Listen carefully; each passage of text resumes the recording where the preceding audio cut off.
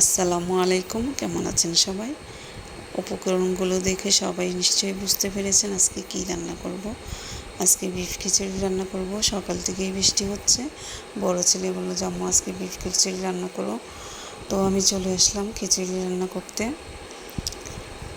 চলে একটা কুকার বসিয়ে দিলাম। এখানে পরিমাণ মতো তেল, পেঁয়াজ কুচি দিয়ে নিব।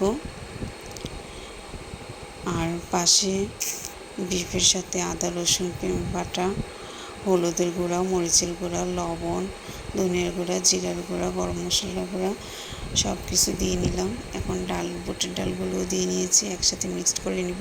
বুটের ডালটা যেহেতু সিদ্ধ হতে সময় নেই, এর জন্য আমি বিফের সাথেই দিয়ে দিলাম। আমার পেঁয়াজটা প্রায় হয়ে আসছে, বিফ দেওয়ার সময় হয়ে গিয়েছে। এখন আমি বিফগুলো এর মধ্যে দিয়ে নিব, দিয়ে ভালো করে কষিয়ে নিব। অনেকে বলে যে প্রেসার কুকারে রান্না নাকি স্বাদ ভালো হয় না, কিন্তু আমার কাছে তো প্রেসার কুকারে রান্না খুব ভালো লাগে। আসলে প্রেসার কুকারে রান্না করলে একটু ভালো করে কষিয়ে নিতে হয়, তাহলেই স্বাদটা পারফেক্ট থাকে। আমি এখন একটু পরিমাণ মতো পানি দিয়ে নিলাম। এখন ঢাকনাটা দিয়ে দিব। ঢাকনা দিয়ে 10 মিনিট পরে আসবো। এই যে আসলাম, ঢাকনাটা খুলে আমি এখন দেখবো আমার মাংসটা কেমন হয়েছে। হ্যাঁ, মাংসটা প্রায় সিদ্ধ হয়ে আসছে। এখন আমি হাঁড়িটা চেঞ্জ করে নেব। হাঁড়িটা চেঞ্জ করে এর মধ্যে চাল, মুগের ডাল, মসুরির ডাল, গোটা কয়েক কাঁচামরিচ দিয়ে ভালো করে চাল, ডাল এবং বিফ একসাথে মিক্সড করে নিব।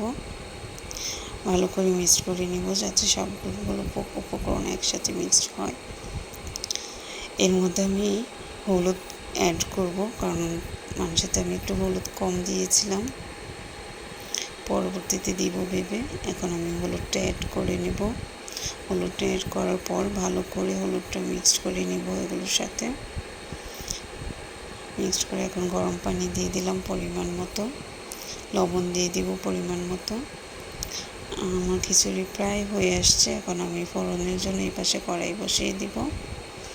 এখানে তেল, পেঁয়াজ দিয়ে নিলাম। আমার মতো কে কে খিচুড়িতে ফোড়ন দেন একটু কমেন্টসে জানাবেন।